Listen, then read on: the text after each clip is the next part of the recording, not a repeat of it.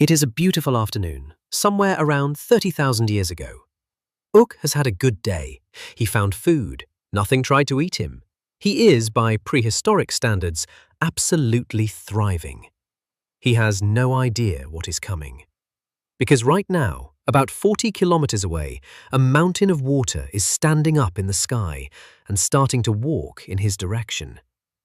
And this is the thing about weather that most people alive today have completely forgotten. You think of a storm as an inconvenience, a cancelled picnic, a wet commute. For Ugg, a storm is a large, cold, extremely wet thing that is trying to kill him. And it is going to attempt this using at least 4 completely separate methods: water, wind, cold, and, for variety, electricity. And they arrive in that order, roughly, which is the cruel part. By the time the interesting ones show up, Ugg is already wed, and being wed is what makes all the rest of them lethal. So, the sky has declared war. How does a barefoot man in a fur loincloth win? Here's the trap. It's 10 degrees out. 10 degrees is nothing. In the last episode, Ugg survived -40. 10 degrees is a nice day. 10 degrees is a light jacket. 10 degrees plus rain plus wind will kill him faster than -40 will. Dry fur works because it holds still air, and still air is a fantastic insulator. Wet fur holds water, and water pulls heat out of a body around 25 times faster than air does. Water is not cold. Water is a delivery service, and the thing it is delivering is Ugg's body heat to the entire universe for free. Now add wind. Wind strips away the thin layer of warmed air sitting on the skin, and then it does it again and again, several times a second, forever. Wet plus windy at 10 degrees is roughly as dangerous as bone dry at -15. This is why more people die of exposure in mild rainy weather than in genuine deep cold. Deep cold is honest with you. Deep cold looks like it will kill you, so you take it seriously. A grey, drizzly afternoon looks like nothing at all. And that is exactly why it wins.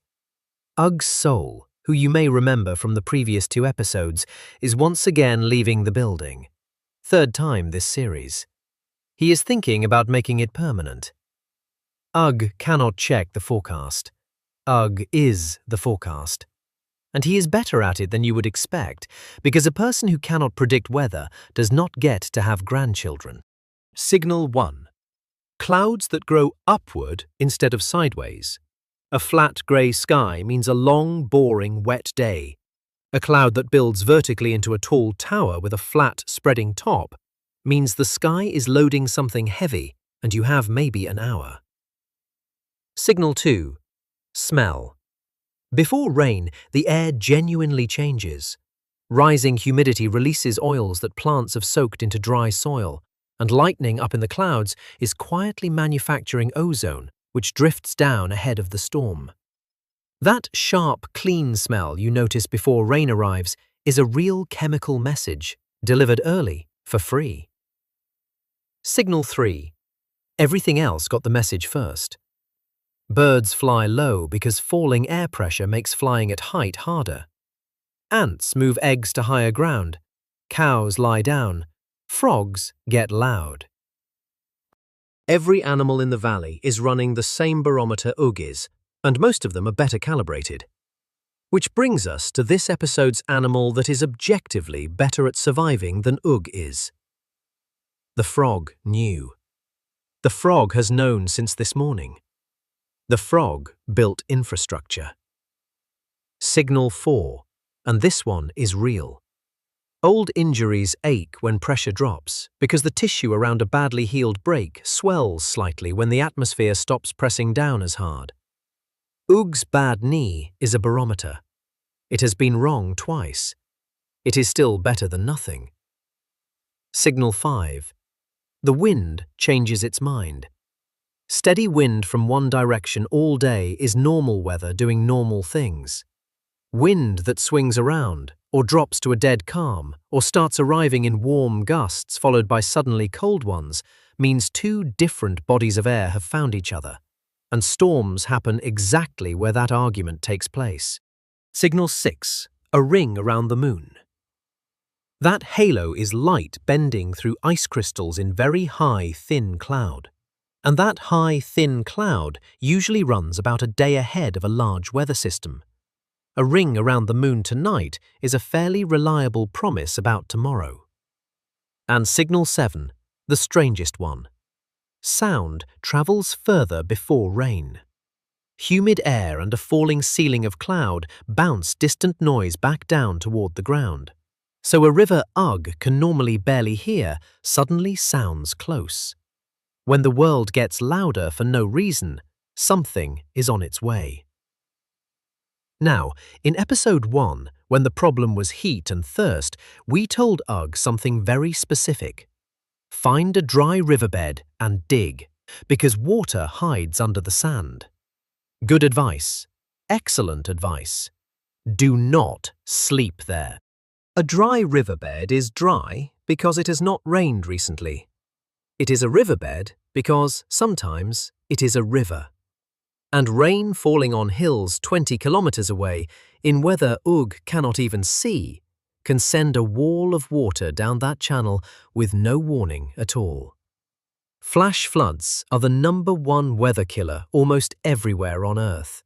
And the reason is that the sky lies about where it did the work. So, bad place number 1. Any low channel with smooth sand and no plants growing in it. Nothing grows there because everything gets scraped away regularly by water. Bad place number 2. The top of anything. Wind is stronger up there and lightning strikes high points. Bad place number 3. The tallest lone tree in an open area. That tree is not shelter.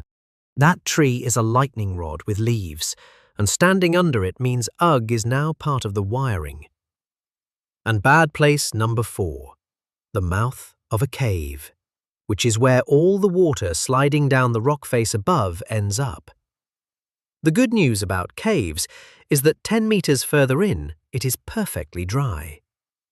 10 meters. That was the whole problem.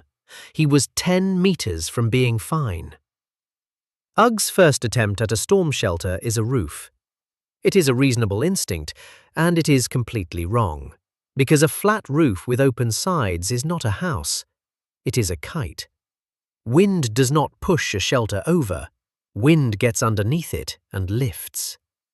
So the shape that works, and the shape that people actually built for tens of thousands of years, is a wedge. One low-sloping side facing into the wind sliding up and over it, and the shelter pressed harder into the ground the harder it blows. 3 rules, and Ugg learns all 3 the hard way. 1. The low end points into the wind, not away from it. Ugg got this backwards and briefly became a sailboat. 2. Thatch from the bottom upward, so each layer overlaps the one below, like fish scales. Ugg thatched from the top down, which means he has built a very efficient system for collecting rain and putting it directly onto himself. 3. And this is the one that actually matters. Weigh everything down. Rocks along the base, stakes driven in at an angle, ropes tied to living trees rather than to the shelter's own legs. It is the ugliest structure in this valley. It is also the only one still here in the morning. Prehistoric architecture had exactly 1 design award, and it was called Still Standing. Ugg built a roof that works, and then discovered the flaw in his design, which is that rain does not stay in the sky after it lands. It goes somewhere, and the somewhere is downhill, which is where Ugg is sleeping. So the second half of shelter building, and nobody ever mentions this part, is a small trench. A shallow channel scraped around the uphill side of the shelter, sending water around instead of through. 10 minutes of digging. It is the difference between sleeping and standing up all night. And then there is the ground itself, which has stopped being ground and become soup. Walking in deep mud costs several times the energy of walking on dry ground, and it does it while soaking Ugg from below and stealing heat through the soles of his feet, which is the one part of him that has no fur and no shoes. Which is why the emergency answer is grass. Dry grass and bark bundled around the feet and tied on, replaced when it soaks through. It looks ridiculous. It works, and versions of it were used everywhere it rained for thousands of years. And the last rule of moving in a storm is the hardest one to follow. If Ugg is wet and cold and the shelter is finished, he stays in it. Every trip outside costs heat he cannot make back, and the reason he is going out is almost never worth it. The berries can wait. The berries have been there for weeks. The berries are not going anywhere. Lightning happens because inside a storm cloud, ice and water are being thrown up and down violently, rubbing against each other and stripping off electric charge, until the bottom of the cloud is carrying an enormous negative charge and the ground below is positive. The air in between is trying very hard to be an insulator. Eventually, it loses that argument. The bolt is about as wide as your thumb and hotter than the surface of the sun. And that heat makes the air around it expand so fast that it slams outward as a shockwave. That shockwave is thunder. Thunder is not the sky making a noise. It is air being punched. Now, Ugg cannot stop lightning. What he can do is not be the most attractive option available. Lightning takes the shortest available path from cloud to ground, which means it prefers whatever sticks up highest. So the survival rule is short and simple. Do not be the tallest thing, and do not stand next to the tallest thing. Low ground, away from single trees, and away from water. Crouch, feet together, keep contact with the ground small. Feet together matters more than it sounds. Most people struck by lightning are not hit directly. The current spreads through the ground, and if one foot is standing in a spot with more voltage than the other, the current takes the shortcut, through Ugg. And here is the strange gift buried inside all of this. That tree is now on fire. For most of human history, this was where fire came from. Long before anyone could reliably make it, people found it in exactly this way, and then guarded that ember with their lives. The most dangerous night of the year was also the shopping trip, although the sky is not finished, because the same violent up and down churning that made the lightning also makes the other thing. Hail is a raindrop that got caught in a rising column of air and carried back up above the freezing line, over and over, adding a new layer of ice on every lap, until it is finally too heavy to be lifted again. Which means the size of the hail tells Ugg exactly how violent the inside of that cloud is. Small hail, ordinary storm. Hail the size of a fist means the updraft in that cloud is strong enough to hold a fist of ice in the air, and that is a cloud he wants to be extremely far away from. Ugg shelters under solid rock and waits. The frog, who has clearly done this before, is making a drink. Sometimes the storm does something worse than rain and wind. Sometimes the wind stops going sideways and starts going in a circle. A tornado forms when a layer of fast wind above and slow wind below sets the air rolling, and then a rising column of storm air tips that roll upright and stretches it until it spins fast enough to reach the ground. Stretched and spinning is the key. Same trick as a figure skater pulling their arms in.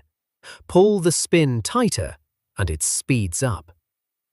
Now, Ugg's problem here is that everything he learned in part 3 is suddenly wrong. For flooding, get high. For extreme wind, get low. Lowest solid ground available, flat on the stomach, hands over the back of the head, and stay away from anything loose enough to become a projectile. Because in wind like this, almost nothing is killed by the wind itself. Things are killed by everything the wind is now carrying. Wind at 100 kilometers an hour turns a fist-sized rock into something that arrives faster than Ugg can flinch. The air is not the weapon. The air is the delivery system again. And here is the honest part. For a tornado, ancient humans had no clever answer. There is no technique, no tool, no accumulated wisdom that beats it. There is only lie down, be small, and be somewhere else next time. Some problems our ancestors did not solve.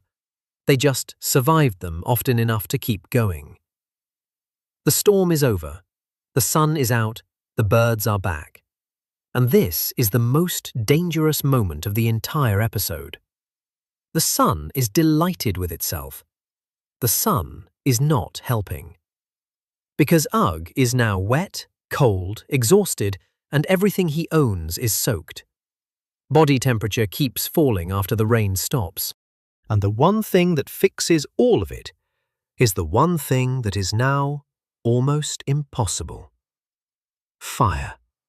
From wet wood, with wet hands. So here is the actual skill, and it is the least glamorous survival skill in existence. Ugg does not look for dry wood on the ground, because there isn't any. He looks for wood that never touched the ground. Dead twigs still attached to the underside of a thick tree stay dry through hours of rain, because the branches above act as a roof. Standing dead wood, split open, is dry in the middle, even when the outside is soaked. The inner bark of some trees peels off dry and shreds into perfect tinder. And the real trick, the one that separates the people who came home from the people who did not, is that Ugg prepared for this before the storm arrived. Dry tinder, carried against the body, wrapped in bark or hide, kept dry all the way through the storm. Not because it was needed then, because it would be needed after. That is the whole thing, not strength, not courage. A man who thought this morning about how cold he might be tonight. There is one last thing the storm leaves behind, and it is the sneakiest of all of them. Ugg is thirsty, and the river, which yesterday was clear, is now brown. Floodwater has just finished running across the entire valley, through every animal carcass, every puddle of dung, and every rotting thing in it, and collecting all of it. In episode 1, Ugg's problem was finding any water at all. Now there is water everywhere, and almost none of it is safe. So he drinks from the wrong places last, not the main flood channel. Rainwater caught in a hollow rock. Water seeping clear out of a slope, water dug in a small hole beside the river and allowed to filter through sand, which arrives slowly and arrives clean. The people who understood this got to be ancestors. The people who drank the brown water got to be a cautionary story told beside a fire. So, how did ancient humans survive deadly storms? Not by being tougher than the weather. Nobody is tougher than the weather. They survived by paying attention, by reading a sky an hour before it turned, by knowing that a nice, flat, sandy spot is where the water goes, by building something ugly and weighting it down with rocks, by crouching small instead of standing tall, and by keeping one dry handful of tinder against their skin, for a fire they had not needed yet.